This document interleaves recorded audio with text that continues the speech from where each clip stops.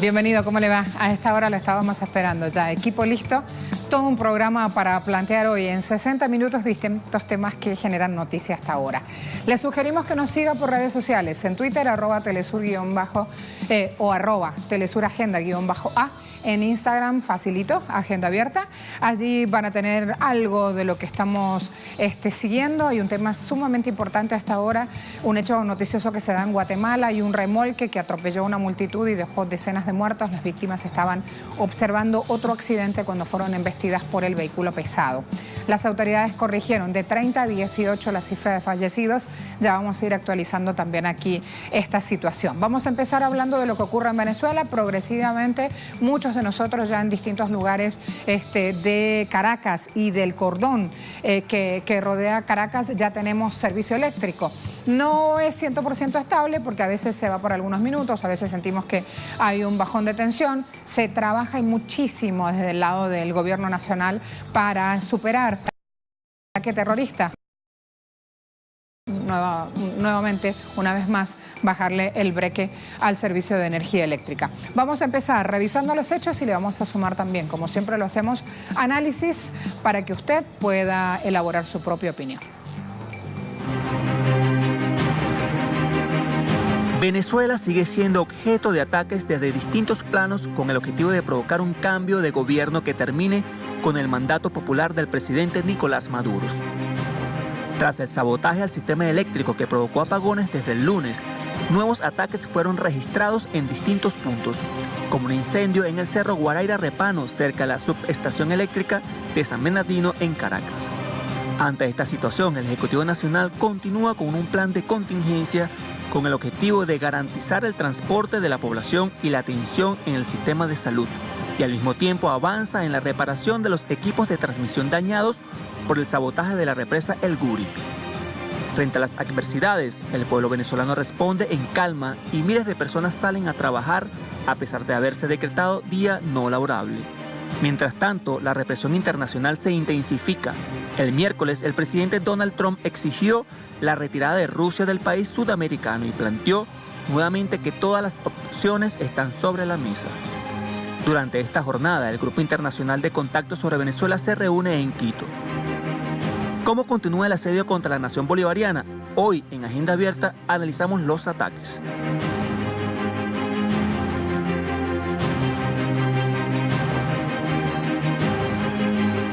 Vamos a empezar revisando un portal en internet de Venezolana de Televisión. Presidente Maduro, a él lo citan. Ataque terrorista contra el CEN, el Servicio Eléctrico Nacional, fue realizado por un francotirador. El presidente de la República, Nicolás Maduro, denunció este miércoles que este ataque realizado contra el Sistema Eléctrico Nacional fue realizado con este fusil francotirador contratado por opositores. El jefe de Estado habló mediante enlace telefónico, se comunicó con un programa de televisión que salía al aire en ese momento en Venezolana de Televisión. Indicó que la actuación inmediata de los trabajadores, bomberos y Fuerza Armada Nacional permitió confinar el incendio y comenzar el proceso de recuperación y de reparación profunda. También dijo, las investigaciones van avanzando, en las próximas horas se va a dirigir al país para mostrar con pruebas todo lo referido a este ataque terrorista contra el sistema eléctrico. Allí entonces es información vertida. A esta hora vamos a ir a revisar otros puntos. Está ocurriendo, por ejemplo, hablando sobre Venezuela. Cambio, allí me fui, María Zaharova en imágenes, portavoz del gobierno ruso. Esta información la van a encontrar en nuestro portal, en internet, en www.telesur.tv. Moscú a Trump, una respuesta. Rusia y Venezuela no son provincias de Estados Unidos. La vocera de Cancillería, María Zaharova, vocera rusa, indicó que carece de derecho a la forma en que Estados Unidos pretende decidir sobre estas relaciones de cooperación entre ambos países. En torno a la polémica de una supuesta violación a la soberanía de Venezuela por parte de Moscú, Zaharova precisó que especialistas rusos están en territorio venezolano en concordancia con un tratado que se firmó en el año 2001. Ese tratado establece colaboración técnica militar bilateral. Allí entonces la contundencia de esas declaraciones, y aquí en el día a día de Venezuela también, como ayer durante la tarde, de a poco fuimos cada uno a nuestros hogares recibiendo el servicio eléctrico. Hay algunos que no tienen todavía, a lo mejor usted no lo sabe y está en territorio venezolano y está necesitando efectivo o necesita ir al banco por alguna cuestión. a pesar de que no hay hoy actividades laborales ni actividades escolares, el presidente de la Nación también indicó, el presidente Maduro, que se abran hoy los bancos justamente teniendo en cuenta esta situación, estas necesidades que puedan aparecer. Los bancos habían funcionado justamente a través de banca online, a través de otro tipo de servicios, pero hoy abren sus puertas. De 9 a 2 de la tarde van a estar trabajando. Por supuesto, siempre que tengan conexión eléctrica, que tengan planta, que estén asegurados los servicios para poder operar. La decisión está tomada. Voy a remitirme ahora a otros hechos. Vénganse conmigo. Vamos a mostrar. Confesión de Trump, así lo ponemos. Y lo ponemos con interrogantes. Decreto contra ataques, PEM. Una orden ejecutiva sobre coordinación de la resiliencia nacional a los pulsos electromagnéticos emitió Donald Trump el 27 de marzo del 2019. Pregunto, ¿no era que aquí había un ataque del intergaláctico de no sé quién, que no existían estas cosas? Y sin embargo Estados Unidos tomó la decisión de blindarse y sí, pasa. Voy a leerles la traducción.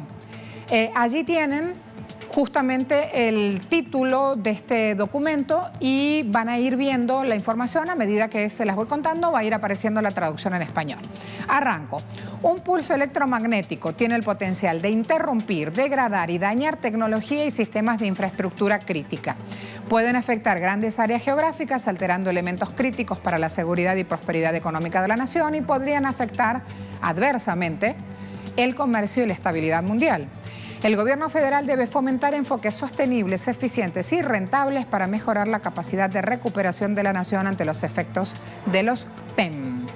¿Qué es esto? Bueno, allí lo tienen, un decreto ejecutivo, una orden ejecutiva firmada en Estados Unidos por el gobierno nacional de ese país. Infraestructura crítica significa sistemas y activos, ya sean físicos o virtuales, tan vitales para los Estados Unidos que la incapacidad o destrucción de tales sistemas y activos tendría un impacto debilitante en la seguridad económica nacional, salud pública nacional. Espérenme ahí, vengan conmigo. Vamos a ir desgranando esto para que se entienda. Infraestructura crítica significa sistemas y activos. ¿Qué es un activo? Bueno, cuando usted va a una bolsa de comercio, cuando usted va a una bolsa donde se están transando valores, están usando un sistema y están manejando, aunque no tengan billete en mano, están manejando virtualmente una herramienta, un sistema donde se está usando justamente dinero, por decirlo así, que se entienda fácil. Cuando van a proteger esa infraestructura, hablan de proteger el sistema de los bancos. Justamente en lo internacional se usa un SWIFT, un código SWIFT, donde cada banco interrelaciona con el otro transando moneda, ¿sí? Estados Unidos toma esta decisión de proteger sus sistemas porque tiene claro que si atacan ese punto, los van a debilitar en seguridad económica nacional, en salud pública, en seguridad.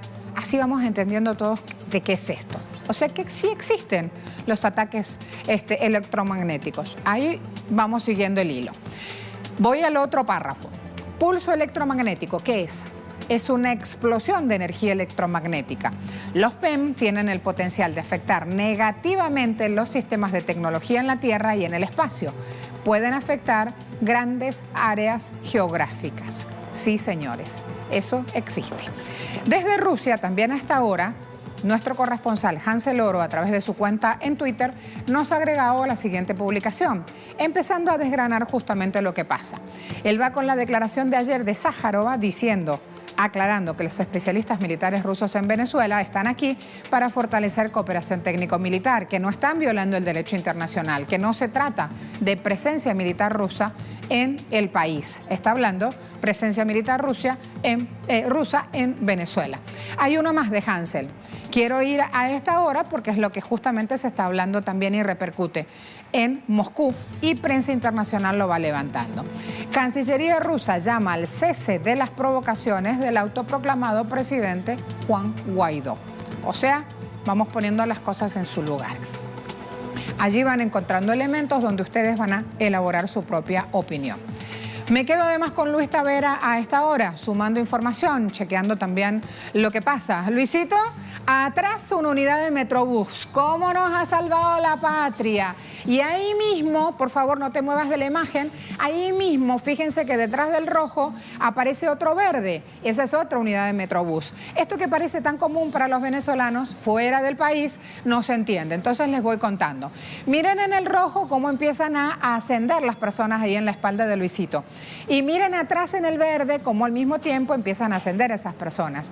A esta hora estamos en un horario donde ya baja el flujo de personas a trabajar. El horario como clave es 7 de la mañana. ¿No, Luisito? A esa hora seguramente había más gente. Bienvenido, mi amor.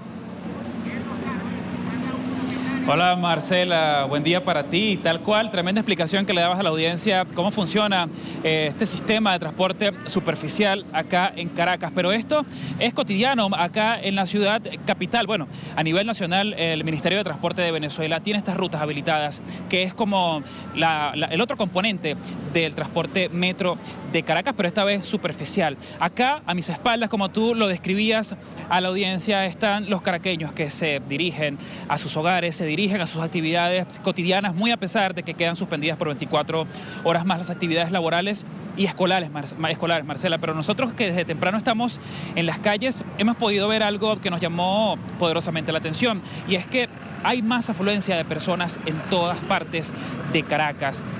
Hoy se anunciaba que toda la entidad bancaria iba a estar funcionando para, bueno, acceder un poco y facilitarle a las personas poder acceder al efectivo, poder como que sanar un poco estas consecuencias negativas que ha dejado estos nuevos sabotajes, esta vez físicos, en contra del suministro eléctrico de Venezuela. Luisito, Marcela, pero córrete un poquito de ahí que el verde está pidiendo paso detrás tuyo. Vente conmigo con la imagen, así te damos tiempo que pueda ceder el paso ahí atrás, que el verde te está esperando justamente. Vamos a... Ajá. Ahí va.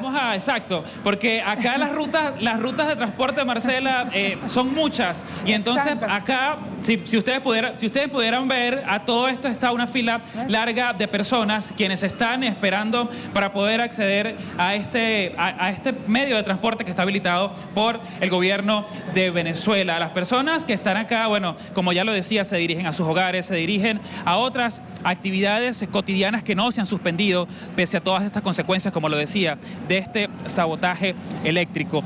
Hay mucha logística, Marcela, por parte del Instituto Nacional de Transporte de Venezuela, logística por parte del propio Metro de Caracas. Vemos presencia policial, vemos también mucha organización por parte de los ciudadanos, y es esto justamente lo que es importante mostrar, Marcela, una ciudad tranquila, una ciudad que tiene un civismo y una conciencia de lo que realmente está pasando. Ya se conocieron nuevas pruebas, ayer lo decía el presidente de Venezuela, Nicolás Maduro, este ataque físico fue a través de, presume él, francotiradores, porque fue con armas de fuego quien ocasionó estos daños a las máquinas que suministraban la electricidad acá en Venezuela. Este es el ambiente, Marcela, mientras todo esto sucede, mientras se mantiene esta alerta de que se pretende aplicar un plan de desestabilización en contra de esta nación suramericana. Los venezolanos, por otro lado, siguen en sus actividades, siguen disfrutando de este clima que se vive acá en Venezuela, y nosotros, por supuesto, seguiremos llevándoles a ustedes estas imágenes, la verdadera Venezuela que otros medios no cuentan.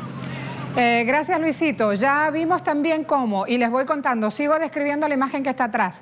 Todos los conductores tienen, fíjense, como identificación ropa de color rojo, y Metro de Caracas lo van a leer acá si pudieran verlo en detalle. Y todas las personas que están abajo, los ven ahí de pantalón beige y de camisas rojas, son justamente los trabajadores del Metro de Caracas haciendo estas tareas ahora de logística. Allí justo en el medio, temimos por tu vida, Luisito, justo en el medio estaba Luis. ¿Esto es La Rinconada, Luis? Esta es Zona Rental, Marcela. Me voy a apartar un poco para que puedas compartir tú la imagen. Esta es Zona Rental, Plaza Venezuela, un lugar muy concurrido acá en el centro de Caracas, que bueno, es el punto céntrico de acá de Caracas que puede comunicar al este, al oeste, al centro de toda la capital de Venezuela. Por eso se ve mucha afluencia, Marcela. Son más de 6 rutas que están habilitadas acá para poder distribuir a todos los caraqueños. El horario que cumple este plan de contingencia de transporte superficial es el mismo que cumple el Metro de Caracas, el transporte subterráneo, que es de 5:30 de la madrugada aproximadamente hasta finalizar la noche, hasta las 11, nos decía el cuerpo que está aquí en la logística. Entonces, es una ayuda, Marcela, que se le ofrece a los ciudadanos para que se puedan trasladar y movilizar, a pesar de que existe transporte comercial, a pesar que muchos venezolanos tienen transporte particular, pero estas rutas además son gratuitas y es una ayuda que ofrece el Ministerio de Transporte, Marcela. Gracias, Luisito. ¿Saben qué? Esta ayuda es importante decirlo. Todo este servicio es totalmente gratuito. También están funcionando las líneas privadas, pero también hay que decir que, como estos días no hubo bancos por la falta de energía eléctrica, el tema de conseguir efectivo para poder viajar ponía un poco más difícil la cuestión. No es la misma cantidad de personas la que se está desplazando hoy que la de un día laborable habitual. Eso también ayuda a otro poco más. Pero están viendo cómo, si bien este es un punto neurálgico donde hay muchas personas, están viendo qué dinámico y qué rápido es. Allí está entonces el Metrobús a esta hora trasladando a miles de personas. Esto es Caracas. Vamos a seguir también en redes sociales. En un ratito les doy RT a ver cómo otros puntos del país se van moviendo hasta ahora con la cuestión de transporte. Luis, hasta luego. Tengo invitado en el estudio. Gabriel Aguirre está con nosotros, analista internacional, secretario de Internacionales de la Juventud Comunista de Venezuela. Así que vamos a darle la bienvenida. Creo que no he hablado con él aquí en Agenda Abierta. ¿Nos hemos visto antes? Marcela, sí, cómo no, nos vimos anteriormente. ¿Cómo estás? Bienvenido. ¿Cómo te va? Muchas gracias por la invitación. No, llegué en transporte particular. ¿Llegaste en carrito? Sí, correcto. O sea que tuviste gasolina para cargar normalmente. Sí. Eso también echa para abajo otro mito aquí, que cualquier cosa hay problemas para cargar gasolina. Así es. No he visto colas, por lo menos en Caracas esta vez se han acabado esas colas largas para cargar combustible. Y hay otras opciones que por ahí en el primer apagón no tuvimos. Correcto. Porque la experiencia ya la fuimos viviendo también, ¿no? Así es. Wi-Fi cerca de los aeropuertos, puntos de agua, haya o no haya electricidad en distintos lugares del país. Venezolana de Televisión, por ejemplo, en su pantalla ayer veía que en distintos puntos del interior de la nación va diciendo, bueno, hay una toma de agua en tal parque, en tal lugar, y hay mucha información circulando también sobre eso. ¿Cómo en medio de tanta tecnología el boca a boca ha sido fundamental para subsanar los problemas del día a día, por lo menos lo urgente, lo básico, ¿no? Sí, indudablemente frente a esta nueva agresión que se le somete a nuestro pueblo, intentando dejarlo sin electricidad, sin agua, sin gas, es decir, afectando los servicios básicos para la vida cotidiana, cómo nuestro pueblo encuentra una respuesta popular, es decir, y cómo se va, en la medida en que van incrementándose las agresiones, se va organizando de una mejor forma. Es decir, tú lo señalabas, en la anterior oportunidad, con el anterior apagón, efectivamente nos encontraron y recibió nuestro pueblo quizás en una situación de desmovilización. Hoy, por ejemplo, encontramos formas alternativas de resistir al ataque, por ejemplo, las comunicaciones.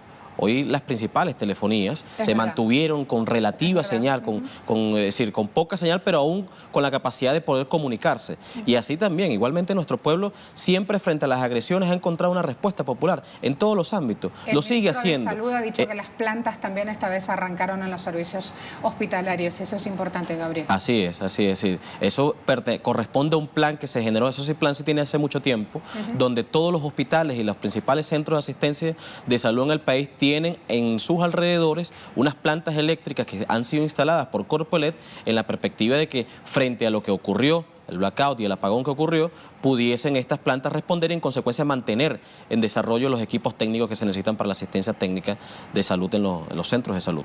Cuando el presidente Chávez hablaba de usar el sol como gran fuente de energía acá y los paneles solares y esas cosas que parecían tan lejanas, y para qué las íbamos a tener si teníamos en el país de la energía enormes potencialidades en nuestro sistema, también esas palabras ayer han sido recordadas y hay justamente proyectos que salen de la gaveta ahora, se les empieza a sacar el polvo, buscando mayor protección y blindaje para el pueblo venezolano en esta situación. Yo quiero ir de lleno al tema, al meollo político ahora. Ayer planteábamos en nuestro análisis acá en Agenda Abierta que no se trataba solo de si viene o no viene la luz, que hay una cuestión de fondo mucho más urgente y mucho más compleja para resolver. Rusia salió a responderle a Estados Unidos y creo que ahí hay una cuestión política que es importante poner en relieve, Gabriel. Sí, mira, indudablemente lo que existe hoy en Venezuela, es decir, el conflicto que ocurre hoy en Venezuela, es el desarrollo de las contradicciones en el marco de la competencia intercapitalista mundial, sobre todo entre la presencia del polo imperialista norteamericano, el polo imperialista europeo, frente a las potencias emergentes como lo son Rusia y como lo son China. Es decir, ese es el conflicto hoy en el mundo y Venezuela está en el centro de ese conflicto en el mundo. Indudablemente para nosotros la posición que ha sostenido la República Popular de China y la Federación de Rusia ha sido para reconocer y distinguir por encima inclusive de otros conflictos. O sea, la posición que ha mantenido la Federación de Rusia frente al conflicto en Venezuela ha sido con una contundencia y de mayor firmeza inclusive que con el conflicto en Siria. Es decir, la posibilidad de enfrentar en el terreno diplomático, en el terreno político, en el terreno económico e inclusive hasta en el terreno militar a Estados Unidos en torno a la situación en Venezuela, eso lo debemos nosotros destacar, pero lo debemos destacar positivamente. Es decir, nuestro país se encuentra aliado y tiene importantes alianzas comerciales, políticas, económicas, inclusive militares, porque ha suscrito acuerdos militares con una potencia, con una de las principales potencias del mundo, frente al contexto de agresión del imperialismo norteamericano, que tiene más de 800 bases militares en todo el mundo, que solamente en América Latina tiene más de 75 bases militares, que en el año 2019 gasta 719 mil millones de dólares solamente en el presupuesto militar. Frente a ese enemigo y frente a esa agresión, tú necesitas blindarte y necesitas construir todas las alianzas que te permitan contener los avances de ese enemigo. Hoy, por ejemplo, autoridades de India, máximas autoridades de India, están llegando a Bolivia. India va a un proceso de elecciones, tiene 900 millones de ciudadanos prestos a votar, tiene una población de más de 1.400. Y también pensábamos, hoy mientras preparábamos nuestro espacio de trabajo, ¿cuántas alianzas a esta hora se necesitan agilizar y poner en marcha justamente para ayudar al pueblo venezolano en esta etapa, en donde tiene una asfixia financiera por parte de Estados Unidos, en donde el botón siempre está para abajo y no para arriba a la hora de cercar a este pueblo? ¿Cuánto espacio hay ahora para la diplomacia venezolana de salir a ganar terrenos o disputas políticas desde lo diplomático? Pero el tema es si el factor tiempo juega a favor o en contra, también es importante revisarlo. Mira, yo creo que hay que reconocer algo, es decir, la política exterior del Estado venezolano, conjuntamente con, cuando el presidente Chávez estuvo al frente, debemos reconocerla, es decir, debemos reconocer todas las alianzas y el relacionamiento que se construyó. Venezuela se conoció en el mundo, Venezuela era muy poca conocida en el mundo, es decir, inclusive la presencia... ¿Estás hablando de OPEP abriendo ese camino o te vas mucho más atrás, inclusive cronológicamente? Estoy hablando de la OPEP, estoy hablando de las misiones diplomáticas de Venezuela en el exterior, estoy hablando de la presencia de Venezuela en organismos internacionales, es decir, por ejemplo, la presencia en el Consejo de Seguridad, recientemente cuando Venezuela participó en el Consejo de Seguridad, eso fue una conquista de este proceso. Y asimismo en la construcción de otros mecanismos regionales, en el caso de la CELAC, del ALBA, la UNASUR, Petrocaribe, es decir, un conjunto de mecanismos de integración regional que forman parte de lo que fue la diplomacia y el relacionamiento y la política exterior del Estado venezolano, que eso es algo que hay que reconocer. Hoy, en las actuales circunstancias, tenemos la necesidad de seguir profundizando las relaciones con otros países que en consecuencia puedan seguir ayudando en términos de reciprocidad, porque no solamente es la asistencia y la ayuda a Venezuela, sino que también es lo que Venezuela puede ofrecer a esos países, y allí debemos nosotros buscar todas las alianzas necesarias en todos los terrenos.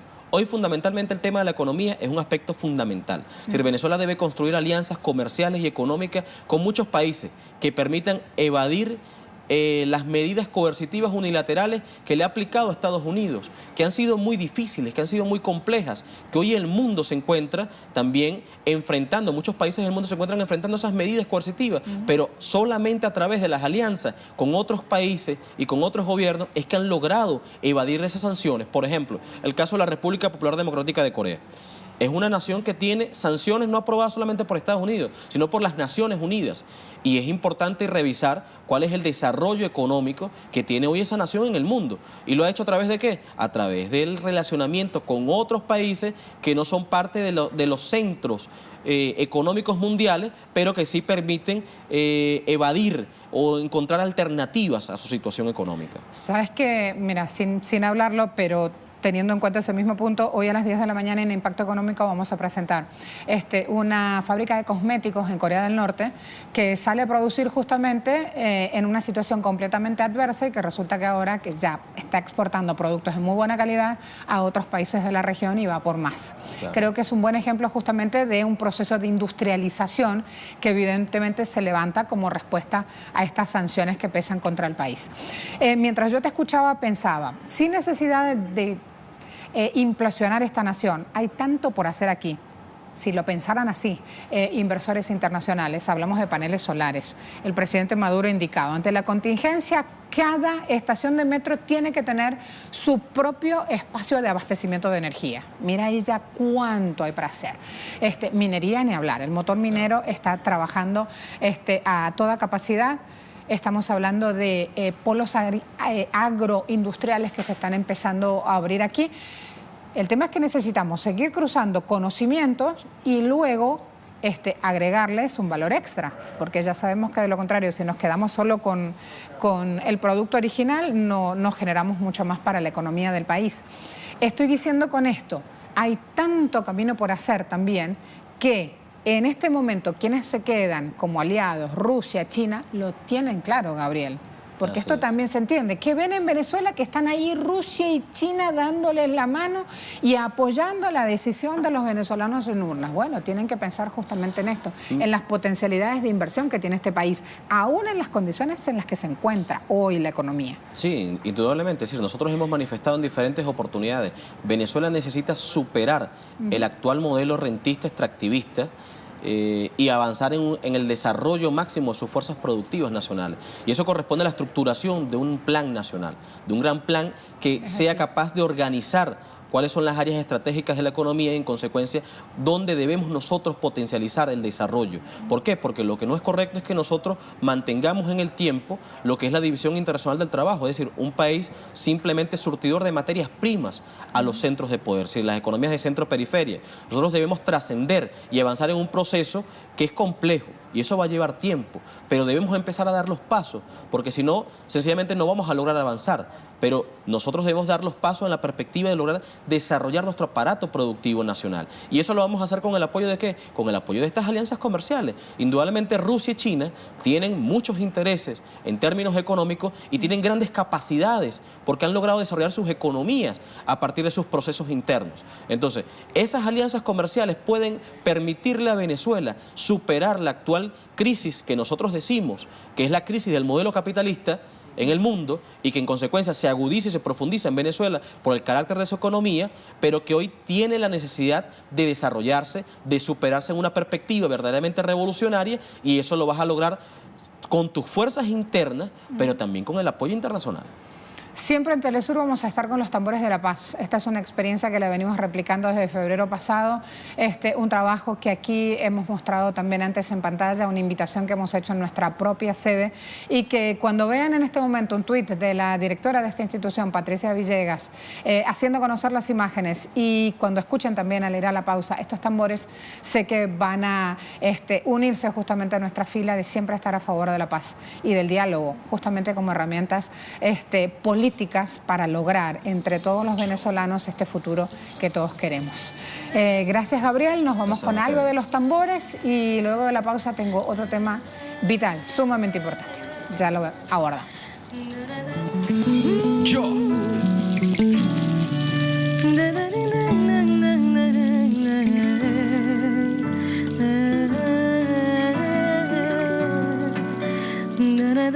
Los tambores de la paz. Suenen los ángeles de la tierra, los tambores de la paz. Sí. Quemen los tambores de la guerra para que no suenen más, para que no suenen. camino corto, si ha de saber cómo acaba. Se cambian caricias por tórrida lava. Soñaba que un día despertaríamos de este letargo y nos abrazaríamos. Toda la fe que regresa, los boomerang con afán de llevarse otra presa.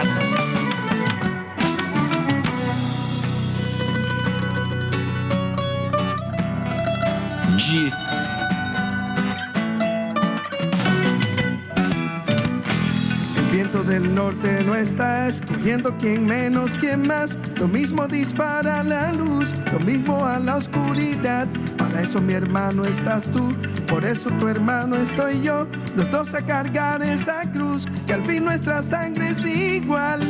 Basta ya. Oh. Suenen los ángeles de la tierra, los tambores de la paz. Quemen los tambores de la guerra para que no suenen más, para que no suenen. Alúmbrame cielo, haz que me valga la pena el desvelo. Suelo, regálame miles de brotes, que las ideas nunca se derroten. Cúbreme azul, sin tanta metralla, entre razón, fuera batalla. Silencio.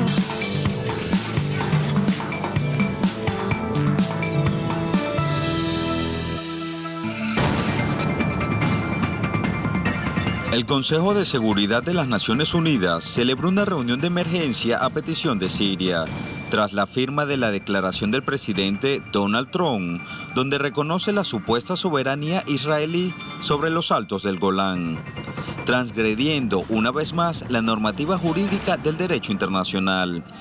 Días previos a esta reunión de emergencia del Consejo de Seguridad de la ONU, los países europeos, miembros del Consejo de Seguridad, declararon que no ha cambiado en absoluto su posición en torno al Golán como territorio sirio ocupado por Israel. De acuerdo con el derecho internacional y las resoluciones pertinentes del Consejo de Seguridad, en particular las resoluciones 242 y 497, no reconocemos la soberanía de Israel sobre los territorios ocupados por Israel desde junio de 1967, incluidos los altos del Golán, y no los consideramos parte del territorio del Estado de Israel. Las anexiones de territorio por la fuerza están prohibidas por el derecho internacional. Toda declaración de cambio fronterizo unilateral va en contra de la base del orden internacional basado en reglas y la Carta de la ONU. La solidaridad internacional no se hizo de esperar. El movimiento de países no alineados exhortó al Consejo de Seguridad a asumir sus responsabilidades desde la normativa establecida en la Carta Magna de la ONU.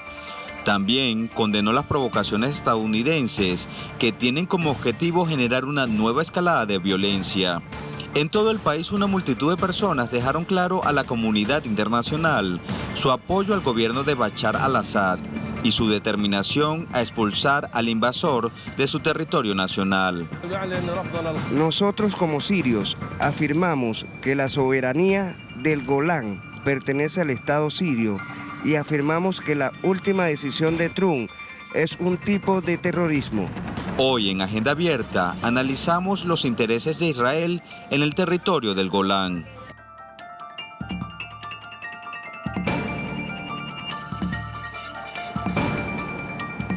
Agencia Sana de Comunicación indica a esta hora en su portal en página web: continúan protestas populares contra el reconocimiento de Trump a la anexión israelí del Golán sirio ocupado. Tercer día consecutivo, los sirios están en las calles de las principales ciudades expresando el rechazo al anuncio de Trump sobre el Golán sirio ocupado.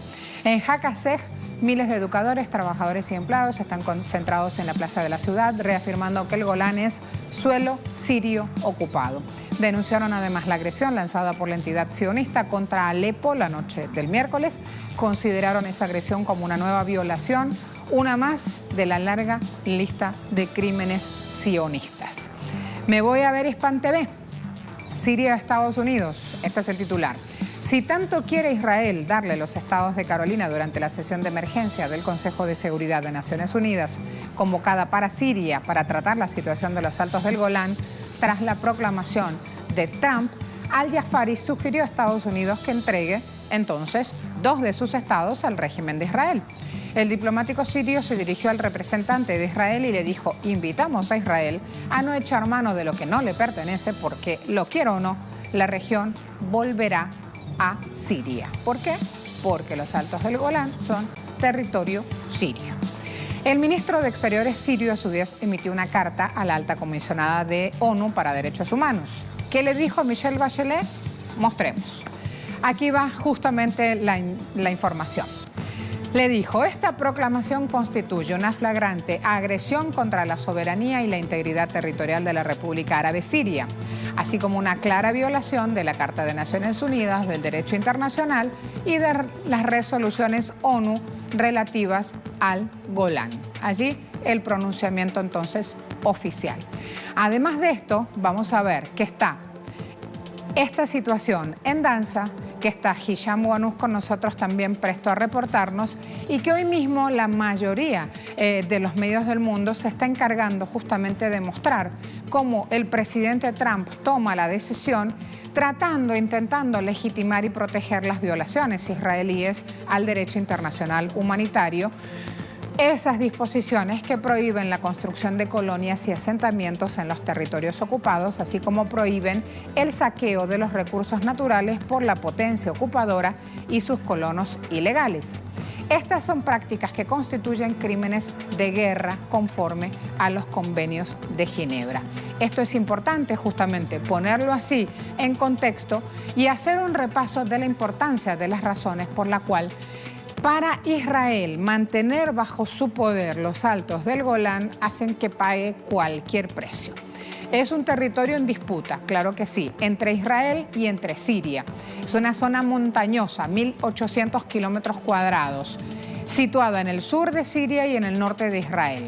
La mayor parte se encuentra a la altura de más de 1.000 metros sobre el nivel del mar. Pero la cuestión allí, tan lejos y tan distante, es que hay un yacimiento de petróleo con un potencial volumen de más de 1 billón de barriles de petróleo. Y por la plata canta el mono, dicen en los pueblos. Bueno, refrán popular que sirve para entender por qué Israel va apuntando al Golán como territorio propio, echando abajo la soberanía de Siria sobre esa zona y apuntando a los barriles de petróleo que están allí. Además, tiene reservas de aguas dulces, cubren 1/3 del abastecimiento del agua de Israel, 1/3. Y a causa de esa gran altura que yo les dije que está situado, esto es un territorio estratégico también para mantener sitiada Damasco, capital de Siria. Son todos datos importantes para ir a entender justamente esta cuestión, para entender por qué los sirios necesitan esa preciada agua dulce.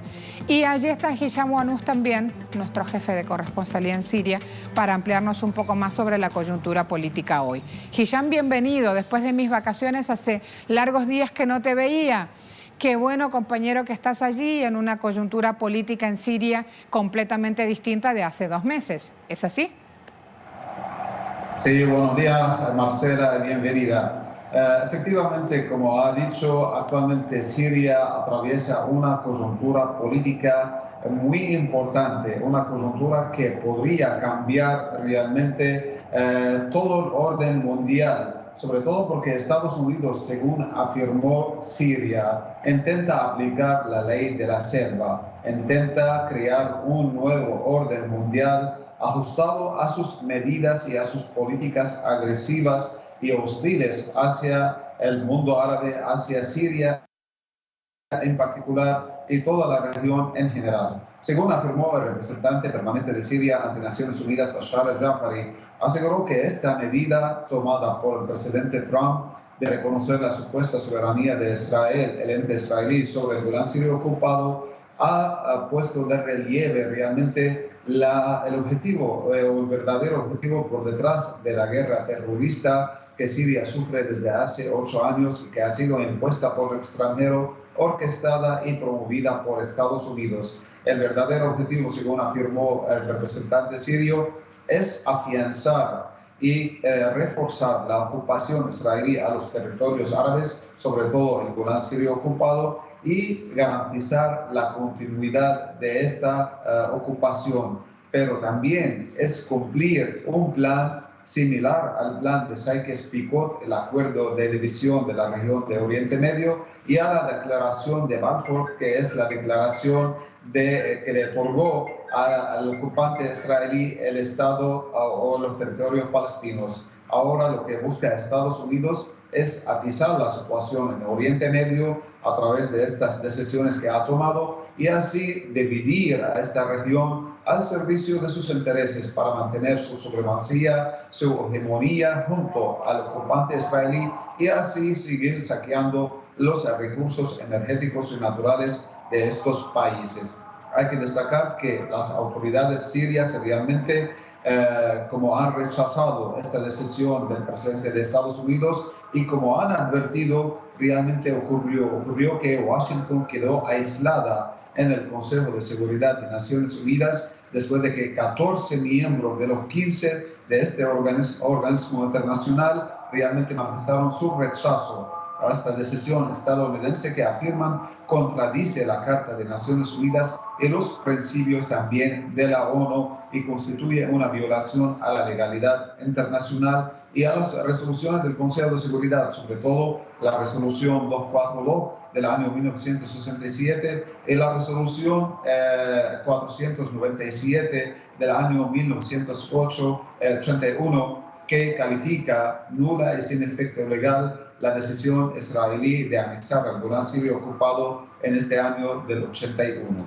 Y informamos también que Siria elogió la postura de la comunidad internacional de rechazar esta decisión del presidente de Estados Unidos y también elogió que Naciones Unidas ratificó que su postura oficial con respecto al Golán sirio ocupado se basa en las resoluciones del Consejo de Seguridad que recuerdan que este territorio es un territorio sirio ocupado por parte de Israel. Es un territorio sirio, como dijo al-Shar Jafri, y así también lo dice el pueblo sirio, que no ha cesado las movilizaciones desde el pasado 25 de marzo, cuando Trump anunció esta decisión. Las movilizaciones continúan en todas las ciudades sirias y el pueblo sirio está decidido a continuar apoyando a su ejército nacional, en primer lugar en la lucha contra los terroristas y también seguir con la línea de la resistencia a la ocupación hasta la total liberación del Golán sirio ocupado de manos del ocupante israelí, y eso lo afirmó Bashar Jafri.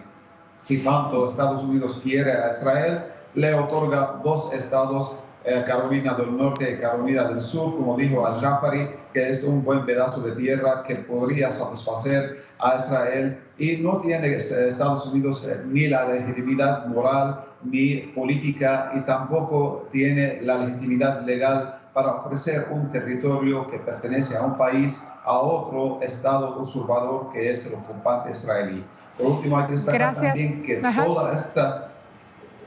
Me decías, por último, unos segundos que ya tengo a Jorge Creines ahí también de invitado. Me decías. Por último hay que destacar también la postura de la Unión Europea, la Liga Árabe y también otros organismos internacionales que se manifestaron en contra de esta decisión del presidente de Estados Unidos y que el ejército árabe sirio, como dije, está preparado y listo para iniciar la batalla para la liberación del Golán sirio ocupado, aunque está trabajando en Idlib y aunque está recibiendo y enfrentando las continuas agresiones de israelíes y la última el día de ayer contra una zona industrial en la provincia de Alepo, al norte de Siria. Adelante, Marcela. Gracias, Hisham. Me voy a revisar justamente esa postura de Estados Unidos, Unión Europea, con Jorge Creines, periodista, colega también, especialista en temas de política internacional. Jorge, ¿cómo te va?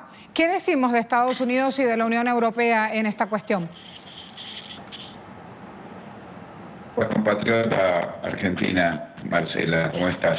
Bueno, evidentemente hay una contradicción entre la política de los Estados Unidos, poner al mundo al borde de un conflicto, al borde de una guerra, como es la política del presidente Trump, y la política de la Unión Europea, que ya ha manifestado a través de la señora Mogherini, su representante para los asuntos exteriores, diciendo que para la Unión Europea, al igual que como lo ha señalado las Naciones Unidas, la situación de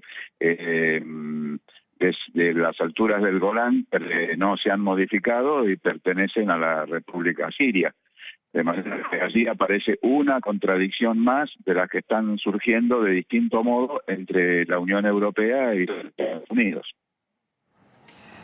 Veamos además el hoy de Siria, luego de tantas presiones, tanto dolor y tantas agresiones, más de 7 años de agresiones, infraestructura completamente por el piso, pero con unos latidos nuevos allí buscando levantar su patria, los ciudadanos sirios.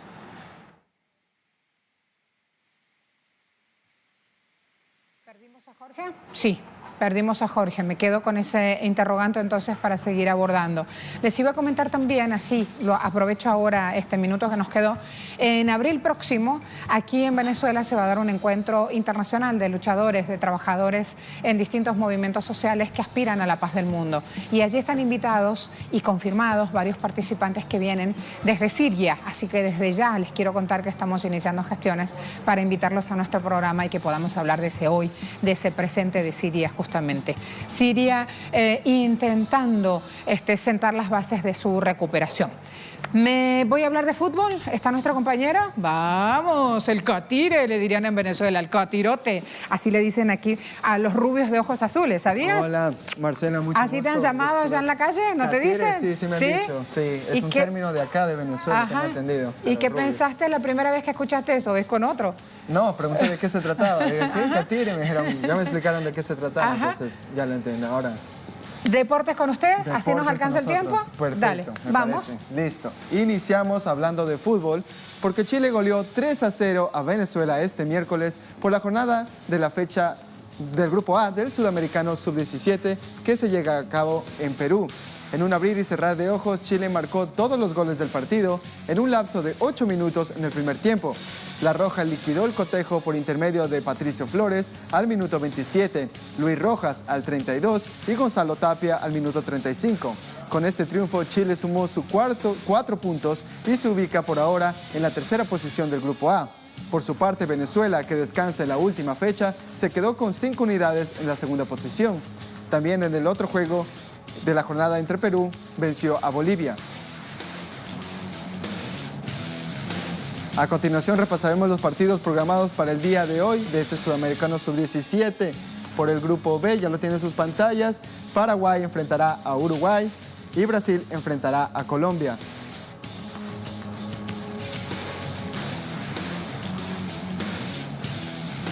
En un juego reprogramado de la Copa Libertadores, el Cruzeiro brasileño venció 2-0 al Deportivo Lara venezolano. Los goles por el elenco celeste fueron anotados por Rodriguinho Marquinhos al minuto 7 y luego el definitivo por Jadson Alves dos Santos al minuto 90 más tiempo agregado, cuando el equipo venezolano le costó hacer un cierre digno del encuentro. En lo que fue un choque correspondiente al Grupo B, el partido se disputó en el Estadio Mineirao de Belo Horizonte.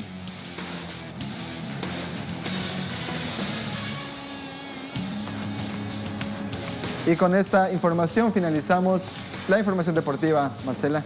Muchas gracias. ¿Sí? Muchas gracias. Te estoy viendo en el día de mañana. Voy en este momento a despedirte para darle paso a un compañero que está en Guatemala. Mario Rosales, si quieres súmate con nosotros. Hay una tragedia hasta ahora y estamos actualizando los hechos. Mario, cuando estés listo. Hola, ¿qué tal? Un saludo al set central. Bueno, acá en Guatemala el gobierno de Jimmy Morales ha declarado 3 días de duelo nacional luego de esta tragedia acontecida la noche de este miércoles en el occidental departamento de Sololá, en el municipio de Nagualá, en donde un grupo de personas se encontraba observando pues los cadáveres de otra persona que había sido atropellada cuando un tráiler, un transporte de carga pesada, los arrolló a una muchedumbre que se encontraba observando el cadáver de una persona que había sido embestida por un automóvil. Esta muchedumbre fue arrollada por este tráiler y provocó, hay que aclarar las cifras porque han transcurrido cifras a lo largo de todas estas horas, pero a esta hora, amaneciendo ya, o en este día, jueves, ya se puede hablar de una cifra concreta, oficial, de 18 personas muertas y 14 personas gravemente heridas. Se había hablado de una treintena de muertos, pero no, ya se ha corroborado y son Al momento, 18 personas muertas y más de una docena de personas gravemente heridas. Así que se ha declarado 3 días de duelo nacional y se han instalado unas morgues móviles allí en el municipio de Nahualá, en Sololá, para atender todos estos casos por la situación en la que están los cadáveres. En información a esta hora, volvemos con ustedes. Muchas gracias, Mario. No es el único proceso de noticias que hasta ahora está en desarrollo y que tiene este signo. Lamentablemente también en Bangladesh se está dando otro hecho y RT en español está publicando a esta hora justamente también la ampliación de ese último minuto con imágenes. Las vamos rodando para contarles de este incendio en un rascacielos en la capital de Bangladesh. Allí lo tienen, un edificio de 19 pisos. En Dhaka ocurre esto, al menos 7 muertos, es la información que tenemos también como ampliación. Vamos sobre el texto también para quedarnos y contarles un poco más de cómo se está registrando esto. Lo están viendo por la agencia de noticias AFP, esta es la información, de allí obtienen estas imágenes. 9:21, o sea que tiene escasos minutos de haber puesto esta información con estas imágenes y las tareas de rescate que se están haciendo. Miren allí las panorámicas. Nos permite visualizar también, es un videíto que déjenlo rodar por favor, que como ven está a esta hora sumándose en redes sociales, nos permite actualizar justamente los hechos. Dhaka, repetimos, ¿sí? Bangladesh. RT tiene este video, como ven, muestra la infraestructura, el humo, la panorámica y los helicópteros, las tareas que se están haciendo de asistencia en este momento. Estos son quizás los momentos más dramáticos, megáfono en mano. Miren cómo los que logran ir a la parte superior de este edificio van de alguna manera dando algunas señales, alguna información, dando puntos de ubicación también para estas tareas de evacuación. Miren el chorro de agua ahí, están generándose en este momento. En pleno desarrollo entonces las noticias. Dhaka, Bangladesh.